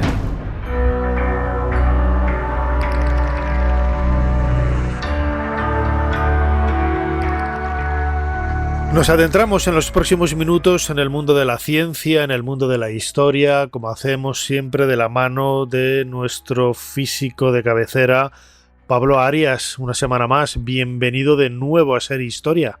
Bien hallado, Nacho, como siempre, muchas gracias. ¿Cuál es la propuesta que nos haces esta semana en la sección? Pues mira, no sabía qué título poner, pero yo voy a poner la partitura de las ciencias, y lo voy a explicar.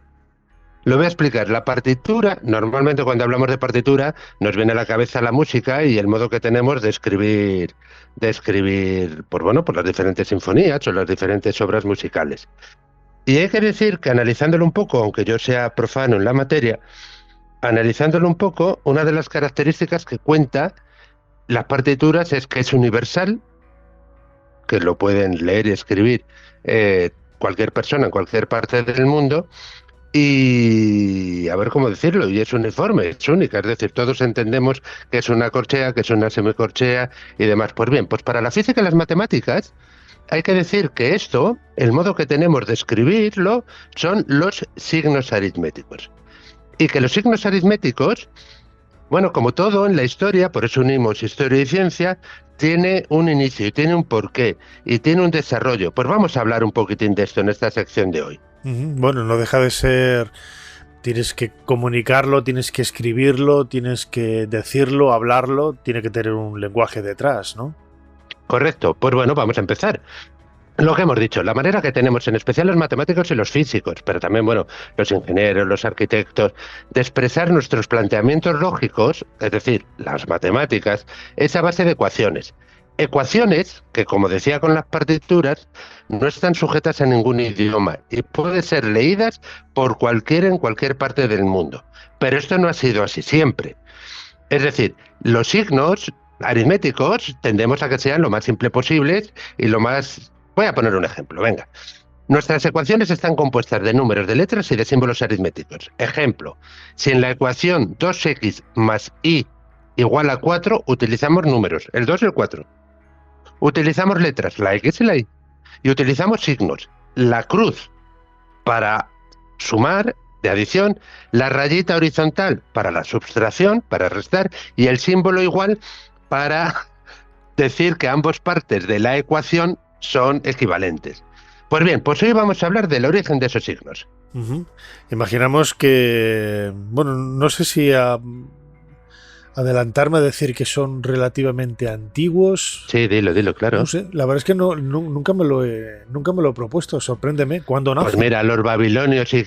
A ver, yo es que quería evitar un poquitín esa parte de la historia porque es tan amplia que, bueno, nos llevaría varias temporadas, pero los primeros signos, tanto en China como los babilonios, como los egipcios, como los... Tú eres especialista en eso, como los griegos, pues bueno, van evolucionando cómo se escriben. Vamos a decir que quería evitar, te digo, ese tema, porque en primer lugar hay mucha controversia por determinar cuál fue el primer texto donde aparece cada signo aritmético. Creo recordar que son cuneiformes, pero eso se lo dejo a los historiadores. Yo no entro en ese campo. Seguramente, sí, seguramente. Seguramente, sí, con la tabla, había una tabla de arcilla en la que se explicaban operaciones, pero también, claro, ese es el primero que tenemos. Pero hay que decir que esto, a este a mí me gusta. El primer texto donde aparecen los signos más una crucecita y menos una rayita se debe al matemático alemán Johannes Wittmann. Y el texto fue publicado en Leipzig en 1489, es decir, a finales del siglo XV.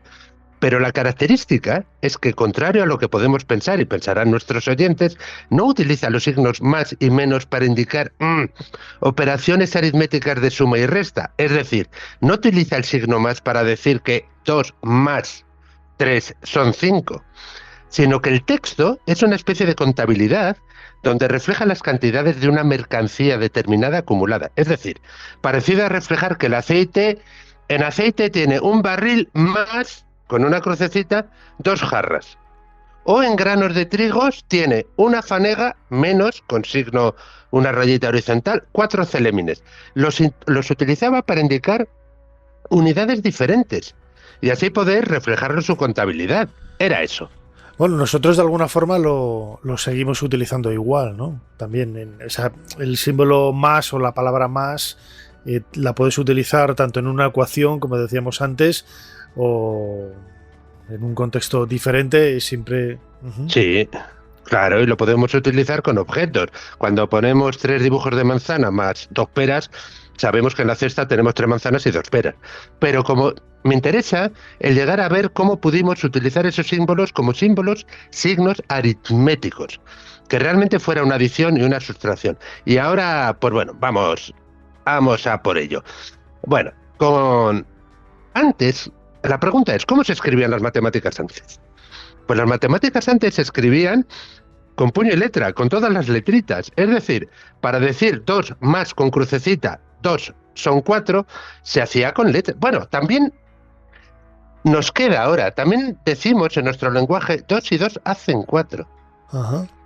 Yo siempre digo que la historia es la única ciencia en donde 2 más 2 suman 5. Porque depende de la interpretación de cada uno, puedes tener una versión u otra. No es una ciencia exacta, ¿no? Me ha venido aquí un poco la idea cuando has dicho... Sí, es posible. También, a ver, también es que Yo tenía un profesor de matemáticas en la universidad, que decía, y no le falta razón, eso lo entenderán los matemáticos, solo que decía, 2 más 2 son 4, 3 veces de cada 4. Pero habría que ver si... No, pero es verdad, Nacho, es que lo que él decía, que claro, esto está fuera de guión, lo que él decía es que normalmente establecemos una métrica que es una métrica euclidiana, de Euclidio, es decir, y lo tenemos todo lineal, pero podemos utilizar otro tipo de métrica que funciona. Y en el otro tipo de métrica, 2 más 2 no tienen por qué ser 4. Y bueno, y lo argumentaba así, pero normalmente utilizamos la euclidia. Pero vamos más allá. A ver, la primera vez que aparece en un texto es a mediados del siglo XV, pero el signo más, estoy hablando, la crucecita, pero es posible que ese signo más fuese introducido por un copista posteriormente, es decir, siglos posteriores el copista ya se utiliza ese signo y cuando tiene que copiar el libro original ya le introduce el signo, no lo podemos saber, y como digo, hay mucha discrepancia al respecto, pero el de la sustracción, el signo menos la rayita, es más incierto aún. No sabemos. Existen varias teorías. La más plausible para mí, que es solamente una cuestión personal, es que la que resuelve que los textos latinos matemáticos en origen utilizaban las palabras plus para la adición, el más, y minus para la sustracción. Y lo escribían tal cual, es decir, 2 plus 2 o 3 minus 2. Y entonces, ¿qué sucede? Empezaron a reducirlo y utilizaban solamente la inicial, es decir, utilizaban la P para plus y la M para menos, pero para distinguirla de las letras le ponían una rayita encima. Entonces, es muy fácil concluir, como hipótesis, que la pérdida en el minus tenía un minus y una M debajo, para poco par que la M se fuera perdiendo y nos quedáramos solamente con la barrita del signo de la resta. Tiene su pero lógica, digamos que, pues, sí, tiene lógica todas las hipótesis, pero la certeza no la tenemos. ¿Y cómo se escribía? Pues depende del país. Por ejemplo, anterioridad al siglo XVII ya son muy comunes en Italia como en Alemania el uso de la rayita, pero en Francia y en España se utilizaban indistintamente los signos P y M como la cruz y la raya. Y también añadir otra cosa, que tanto la cruz como la raya hubo diferentes tipos de representaciones gráficas. La cruz, bueno, hay muchos. La cruz puede ser una cruz griega, una cruz latina, una cruz de Malta. Que tengan nuestros oyentes la característica de cómo es la cruz de Malta. ¿No? Sí, pues así se hacía, claro. Y bueno, y ese era el signo del más y el menos, la resta y la adición. Vamos a avanzar un poquitín más y vamos al signo de la multiplicación, que también es una cruz.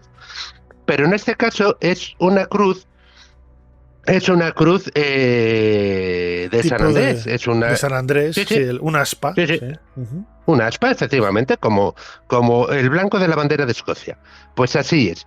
Algunos matemáticos europeos en el siglo XVI utilizaban, como habíamos dicho, la M, pero en este caso mayúscula, para decir que era una multiplicación. Es decir, 3 M mayúscula 2 hacen 6. Y así se expone, por ejemplo, que a mí me encanta, en la obra La Géométrie de 1637 de René Descartes. Pero lo mismo sucedía para la división, que se utilizaba una D mayúscula. La X, o la cruz de San Andrés, se usa por primera vez como signo de multiplicación en 1631. Pero hay que decir que a muchos no les gustaba este signo. ¿Por qué? Porque decía que se podía confundir con la X como variable. Y si nos damos cuenta, para la multiplicación tenemos, sí es verdad, pero tenemos diferentes símbolos. Algunos, fue Leibniz, el creador del cálculo diferencial, junto con Isaac Newton en el siglo XVII, el que lo introdujo realmente. La X como la cruz de San Andrés para la multiplicación. Pero bueno, también se utilizó el asterisco. Bueno, Nacho, pues lo que hemos heredado de todo esto, y que lo que nos queda, y lo pueden observar nuestros oyentes, es que en el teclado del ordenador, en el teclado extendido, donde tienes los numeritos, en las operaciones, para multiplicar tenemos un asterisco. También sucede en las calculadoras. Y esto es historia. ¿Y el signo de la división, de dónde viene? Bueno, el signo de la división, pues parecido, ha sido utilizado históricamente por indios, babilonios y griegos de dos modos. Uno, los 2 puntos. Y otro, la barra vertical diagonal, que es el que aparece en los teclados y en las calculadoras. Pero también se utilizó, lo utilizábamos en el colegio, bueno, en el colegio no, se utilizó el final de paréntesis. Y el final de paréntesis se utilizó en los Estados Unidos hasta el siglo XIX. Nosotros no lo hemos vivido, el final de paréntesis. Lo que sí que hemos vivido, y lo hacíamos a veces en el colegio, era el signo de división, que eran 2 puntos y una rayita horizontal entre los 2 puntos. Y ese signo tiene su origen sobre la mitad del siglo XVII, más o menos. La verdad es que es muy curioso descubrir el origen de estas cosas tan cotidianas, Pablo. A mí me encanta. Pero queda otro, que es el que más me gusta. Nacho, permíteme. El signo igual en las ecuaciones. Pero en este, a diferencia de los otros, en este tenemos absoluta certeza de su origen. Es más, casi podríamos decir hasta... El año te lo voy a decir, la fecha exacta no lo sé, pero su autor sí que lo sabe, claro. Y fue el matemático Robert Ricord. Y en 1557, a mitad del siglo XVI, donde, para expresar la igualdad entre 2 magnitudes, lo uso utilizando una barra horizontal sobre otra de manera paralela. Y con el argumento literal de no hay 2 cosas más iguales que 2 líneas paralelas. Pero también hay que decir una cosa, que al inicio Robert Ricord lo transcribió con una longitud que es aproximadamente 5 veces la longitud que lo utilizamos ahora. Es decir, eran 2 rayas largas. Y así que lo hemos ido abreviando poco a poco, y aquí hemos llegado al final. Esta es la historia de los signos de aritmética. Si alguien quiere profundizar más, hay obra suficiente como para hacerlo. Desde luego, cada vez que hagamos una cuenta o tecleemos en la calculadora del ordenador o del móvil para hacer una suma o una resta, seguro que lo pensamos de otra forma. Déjame decir esto solo, por favor. Sí, dime.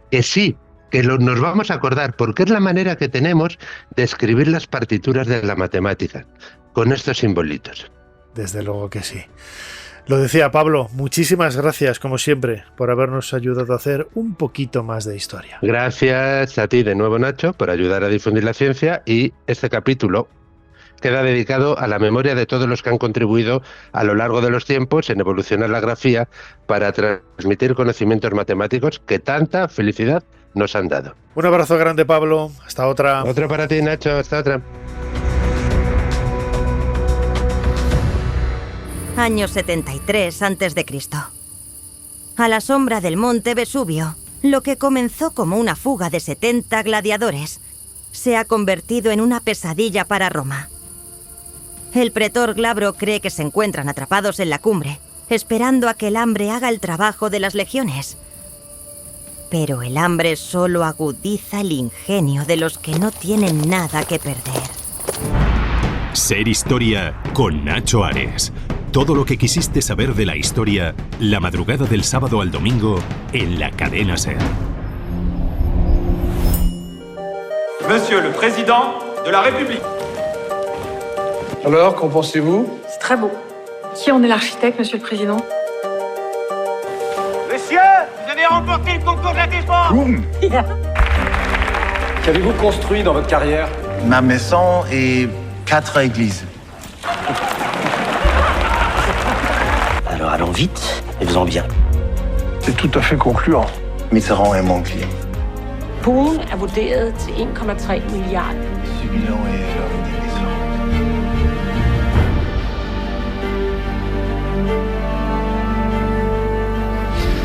Acabamos de escuchar un fragmento del tráiler de la película El Arquitecto, que se ha estrenado hace poquitos días, que nos cuenta una historia vivida en la década de 1980 con ese proyecto, ¿no?, que al final dio a luz el arco de la Défense en el centro de París. Una historia que tiene un elemento humano realmente increíble por parte del protagonista. un arquitecto modesto, ¿no? Que en principio solamente había hecho su propia casa y 4 iglesias, y de pronto pues se presenta al proyecto y gana a todos los grandes proyectos que se habían presentado para esta tarea, ¿no? Para hablar de la figura de Johann Otto von Spreckelsen, que es el arquitecto danés que protagoniza esta historia de la película El Arquitecto, contamos con Pablo Olalquiaga, que es vicedecano del COAM, del Colegio Oficial de Arquitectos de Madrid. Pablo, bienvenido a Ser Historia. Hola, ¿qué tal? Además, le decía yo ahora a micrófono cerrado, digo, eres clavado a Claes Bang, el actor que interpreta a Spreckelsen. ¿Quién es este Johann Otto von Spreckelsen tan particular que gana este concurso en el año 1982? Un arquitecto que no conocía absolutamente nadie, que no había hecho, podríamos decir, grandes cosas, no voy a decir que nada, pero grandes cosas, y de pronto se presenta a un proyecto en el que siempre van pues las grandes productoras arquitectónicas con estudios en lugares increíbles, y este hombrín tan modesto va y se lo lleva. Es increíble, ¿no? La verdad es que es una historia sorprendente y fantástica, ¿no? Von Spreckelsen sigue siendo bastante desconocido y quedó un poco desconocido después de esta gran obra, ¿no? Es una historia de un arquitecto, como dices tú, humilde, yo diría no ambicioso, más que humilde, ¿no?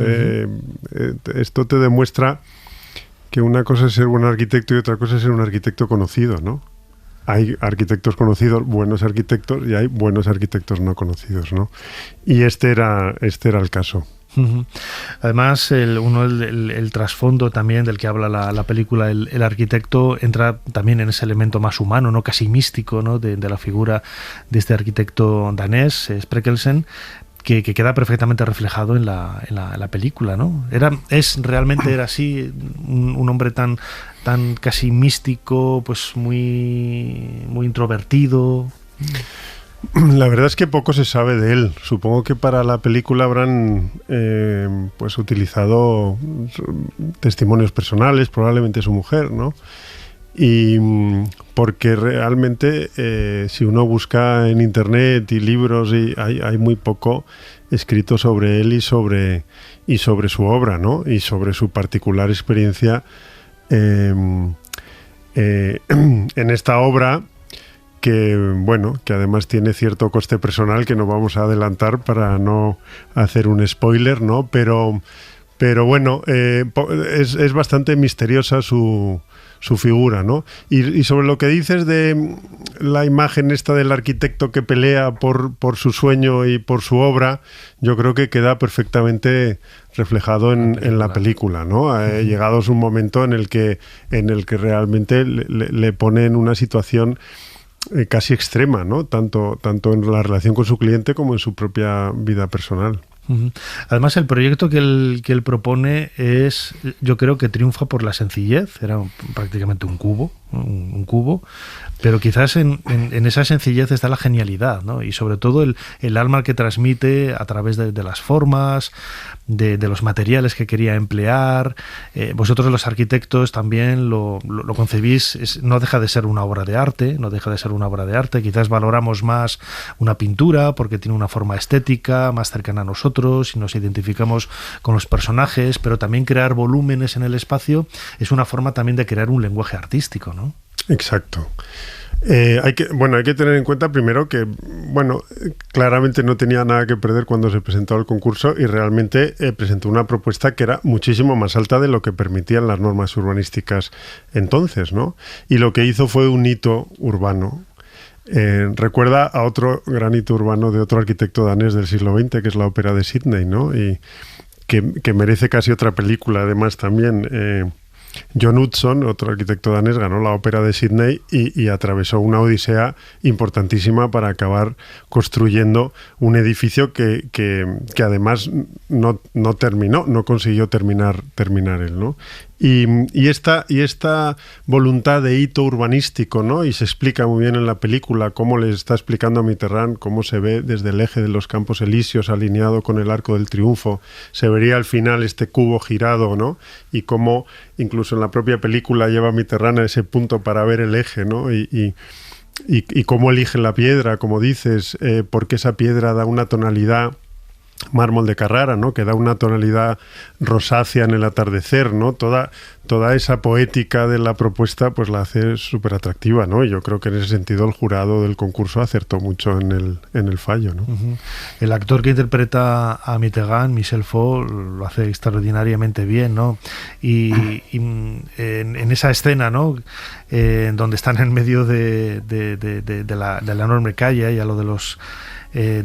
bueno, la idea era conectar el Arco del Triunfo con la Défense, ¿no? Este nuevo espacio y claro, que era ese eje, ¿no? Parecido a lo que hay en Washington, por ejemplo, con el obelisco. Todos esos elementos arquitectónicos al final lo que implican es un simbolismo que da entidad a la propia ciudad, ¿no? A ver, en el caso de Washington, en Estados Unidos, está también la idea de la masonería y una idea un poco oscura, mítica, mística también, pero en Francia, en este París de la década de los años 80, se quería hacer algo parecido también, ¿no? Crear una identidad a partir de monumentos, ¿no? Sí, lo explican muy bien en la película y así es, ¿no? Y yo creo que, bueno, pues von Spreckelsen lo tenía clarísimo, ¿no? O sea, está la Torre Eiffel, está el Arco del Triunfo y está el Arco de la Défense, ¿no? Que paradójicamente le llamaba el cubo y se acabó llamando el arco, ¿no? Sí, yo creo que es una voluntad... pues a lo mejor un poco casi de arquitectura romana, ¿no? O un cierto sentido imperialista, pero yo creo que estos monumentos en las ciudades o estos iconos en las ciudades son necesarios y hacen bien, ¿no? Y yo creo que en París se ha demostrado que ese arco de la Défense le ha dado identidad a una zona de la ciudad donde corría peligro de ser un distrito financiero como ha acabado siendo en Londres Canary Wharf, ¿no? Que se intentó con el Dom y con la Noria y todo esto, y yo creo que al final se ha conseguido menos y aquí ha triunfado esa idea. Uno de los aspectos también más simbólicos, ¿no? de ese cubo al final es Spreckelsen tenía la idea de hacer una ventana al mundo, ¿no? Una vez más entramos en ese lenguaje del arquitecto para transmitir una idea, un sentimiento que en realidad es muy difícil, ¿no? Es muy difícil. Yo muchas veces, sobre todo en el arte contemporáneo, que tú ves un cuadro de Velázquez, te guste o no, interpretas perfectamente lo que hay, incluso muchos de Picasso, ¿no? Aparte de ese aspecto más abstracto. Pero luego hay obras artísticas, en pintura o en escultura, cuando el tío viene y tiene que explicar qué es, malo. Malo porque en realidad está fracasando, ¿no? La idea de transmitir esa idea que él quería proponer, ¿no? Pero en el caso de la Défense, que yo la conozco porque he estado allí varias veces, además yo soy muy fan de Jean-Michel Jarre, el músico francés, y en el año 92 creo que fue de un macroconcierto ahí enfrente de la Défense por la tolerancia. Vemos ese cubo ventana, como decía Spreckelsen, esa ventana al mundo. Yo no sé si consiguió transmitir ese mensaje. Hombre, yo creo que sí, ¿no? Y lo habla en la película, en la monumentalidad, ¿no? La monumentalidad y el equilibrio en la monumentalidad es muy complicado, ¿no? La monumentalidad requiere como cierto tamaño, digamos, ¿no?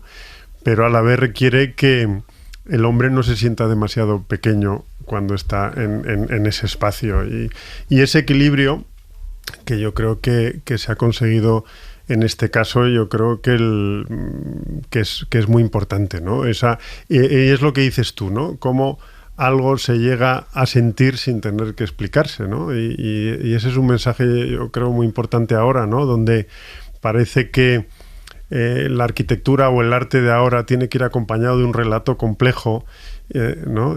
Había un arquitecto muy conocido, ¿no? Que decía, ¿no? Que él no podía estar en la puerta de su edificio todo el día para que cualquiera que pasara a explicárselo, ¿no? Pues es un poco lo que dices tú, ¿no? La arquitectura buena se tiene que sentir. Y a lo mejor cada espectador percibe una vivencia diferente a la de su compañero, compañera, vecino, lo que sea, y eso también es aceptable, ¿no? O sea, no todos tenemos por qué ver lo mismo. Sí, y la manera de llegar a acertar en estos casos es muy misteriosa, ¿no? Es como si tú le preguntas a un gran músico o a Bruce Springsteen, ¿no? Dice ¿cómo se crea un gran éxito? Dice, pues si lo supiera, todas mis canciones serían número 1, ¿no? Claro. Y pasa eso, dices, bueno, yo tengo que tener buenas intenciones y a veces esas llegan como a tener resultados redondos, ¿no? Y el caso aquí se ha dado un poco, ¿no? Con esa combinación, ¿no? El propio edificio, el concurso entonces, ¿no? Digamos, por no contar mucho de la película, las circunstancias políticas que rodean a un encargo así como tan presidencialista, las propias circunstancias que llevan a conseguir algo así, que se sepa que cuando se llega a un final de algo tan importante y de esta escala, pues las contingencias y las circunstancias son muy complejas, ¿no? Uh-huh. Sin desbrozar y destrozar mucho el final, aunque bueno, están los libros de historia, sabemos lo que sucedió, tampoco lo vamos a adelantar. Quizás una de los obstáculos, ¿no?, a los que se enfrentó Spreckelsen fue que no contaba con ese halo de política, ¿no?, que iba a haber alrededor de todo, una lucha de egos, y que al final era su proyecto, pero era también el proyecto de Mitterrand. Y bueno, pues hubo que imbricar, ¿no?, los dos sentimientos de alguna forma. Yo no sé si en tu carrera como arquitecto, Pablo, has recibido, no voy a decir que hayas recibido presiones y tal, ¿no?, pero esto de fútbol y medicina todo el mundo opina, ¿sabes? A mí me gustaría que la ventana estuviera aquí, estuviera allá, pero es que está aquí la ventana, tal, no sé qué. Bueno, pues imagino que los arquitectos, cuando recibís un encargo, muchas veces la persona que hace el encargo se siente arquitecto también, ¿no? Sí, bueno, y tiene su... Yo lo veo como algo bueno, ¿no? Uh-huh. Y se ve mucho en la película, ¿no? Ser un buen arquitecto, aparte de ciertas habilidades técnicas y artísticas, yo creo que requiere ciertas habilidades personales, ¿no? De persuasión, de contar bien las cosas, de escuchar también y saber, digamos, llevar no a tu terreno, sino al terreno de la arquitectura, de lo que pide la arquitectura, ciertas cosas. Y el día a día del arquitecto es así, ¿no? Todo el mundo dice, arquitecto, qué bonito, todo el día dibujando. No, pues no, un ratito dibujando y otro rato intentando que las cosas salgan y cuadren. En ese sentido, yo creo que la película, a mí lo que más me ha gustado es que retrata muy bien la posición de todos, ¿no? Podría haber sido una película en la que la posición del arquitecto, se pusiera al arquitecto como en un pedestal, digamos, ¿no?, de la verdad y a los demás como personas que le van poniendo obstáculos en el camino, pero yo creo que no, yo creo que retrata como lo que cada uno intenta desde la total nobleza de su oficio y de su posición, ¿no? Incluso está el asesor presidencial que le da como el toque tan cómico a la película, ¿no? En estos arrebatos desesperados que tiene, ¿no? Está el presidente que quiere su ciudad, que quiere su hito, que también se entiende, y también pues la mujer del arquitecto en su posición, ¿no? Cómo intenta defenderle, pero también encontrar equilibrio. Yo creo que a mí lo que más me ha gustado es como todo ese equilibrio de personajes y fuerzas en torno a algo tan potente en la historia reciente, ¿no? Uh-huh. Hay uno, Stéphane de Moustier, el director, comentaba que, bueno, que está gran parte de la vida de Spreckelsen y de sus pensamientos y todo, pues está recreado, ¿no? Para eso es una película. Yo, que soy autor de novela histórica, a veces me dicen, pero esto sucedió así, esto lo dijo así. Digo, mira, yo no estaba allí hace 4.000 años, que hago novela histórica de Egipto, para ver cómo hablaba este señor, ¿no? Yo lo estoy recreando y estoy intentando transmitir una idea, ¿no?, en ese sentido, ¿no? Pero la película, el arquitecto, que podemos ver ahora en los cines, a mí me parece extraordinariamente realista, ¿no? A lo que es sobre todo ese proyecto y también ese momento de transformación de la ciudad de París en los años 80, ¿no?, que es gracias también en gran parte a Mitterrand, y que muchas otras ciudades en las 3-4 últimas décadas han cambiado de una forma extraordinaria. Yo empecé a venir a Madrid pues en el año 87, y estamos ahora en 2026, es que no se parece en nada. En nada. Sí, el trazado de las calles es exactamente igual a como lo veíamos en el siglo XVII en el mapa de Teixeira, es cierto. Pero lo que es el feeling, que diría un petardo, las vivencias, ¿no?, que tienen las calles, el aspecto, todo es completamente distinto, ¿no? Y es este momento el que se recrea también un poco en la película, que, por cierto, también todas las críticas son muy buenas en el sentido de que recrea muy bien cómo era el París de los años 80, ¿no? Sí, bueno, el espíritu de las ciudades es importante, ¿no? Hablas de Mitterrand, previamente ya Pompidou había empezado, ¿no? Muy referencial el Centro Pompidou, ¿no? Que fue el concurso que ganaron Renzo Piano y Rogers, ¿no? Que fue un concurso también que dio la vuelta al mundo, fue un edificio, ¿no? Se tiró un barrio, una manzana entera y se construyó ahí un edificio que parecía una refinería ¿no? de petróleo ahí con tubos de colores y yo creo que en ese sentido en París lo han tenido claro, ¿no? Bueno, Francia es distinto que España, yo creo, ¿no? La centralidad esa que tiene París con esa voluntad monumental, pues la han seguido y en ese momento tenían como el camino claro, ¿no?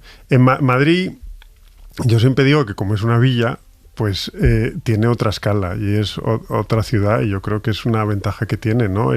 Que Madrid no tenga esta monumentalidad parisina o washingtoniana, ¿no? Que decías antes, yo creo que le da mucho carácter y el carácter que tiene Madrid es lo que dices tú, ¿no? No tanto el trazado como la vida, ¿no? Y la atmósfera que se respira en Madrid. Claro que sí, desde luego. A mí me parece una ciudad muy acogedora para vivir. París, yo he estado en varias ocasiones, me parece una ciudad magnífica que, insisto, ¿no? Se recrea muy bien en esta película el arquitecto.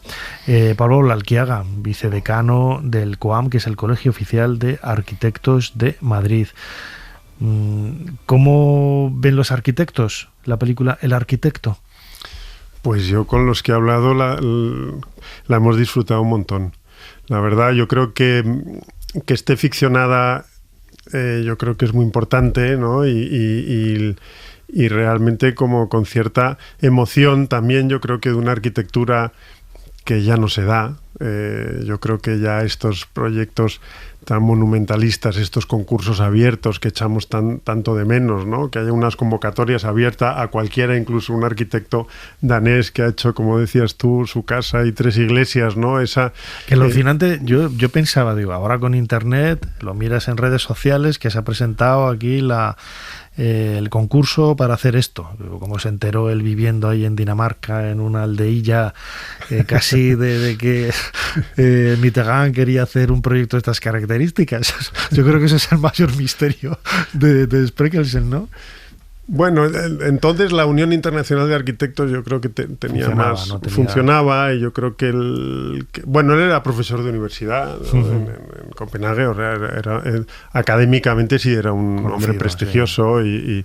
Y yo creo que en ese sentido sí lo sabría, por entonces, ¿no? Pero es lo que dices, sí, realmente es sorprendente que llegara tanto, pero en los años 60, 70, 80 sí que había los concursos así, digamos, como más icónicos que se daban por todo el mundo, eran convocatorias con una voluntad internacional bastante potente, ¿no? En ese sentido sí que echamos un poco de menos que haya ese como riesgo, ¿no? Que al final, bueno, a mayor riesgo, mayores opciones, digamos, a veces de dar como con la clave, ¿no? Y que la arquitectura llegue a cambiar la ciudad y su historia como lo hizo este edificio, ¿no? Bueno, pues iremos a ver de nuevo. Yo he tenido la oportunidad de verla en privado, la película El Arquitecto, pero recomendamos a todos los que nos estén escuchando que se acerquen al cine para poder verla. Pablo Olalquiaga, vicedecano del COAM, del Colegio Oficial de Arquitectos de Madrid. La película El Arquitecto, tengo aquí el nombre del director, Stéphane de Moustier. Una película absolutamente recomendable. Como siempre, Pablo, muchísimas gracias por habernos ayudado a hacer un poquito más de historia. Gracias a ti, Nacho.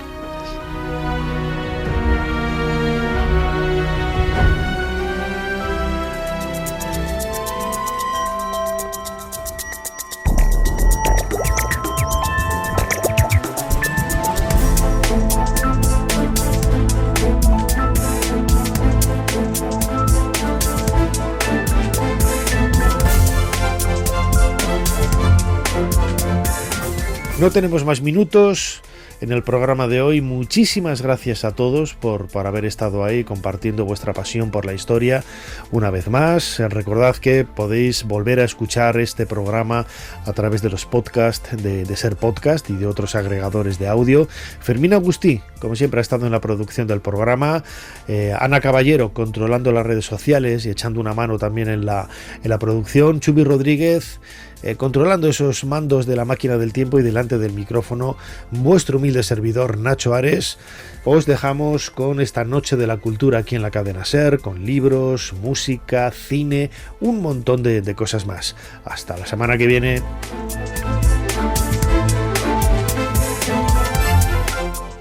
Para no perderte ningún episodio, síguenos en la aplicación o la web de la SER, Podium Podcast o tu plataforma de audio favorita.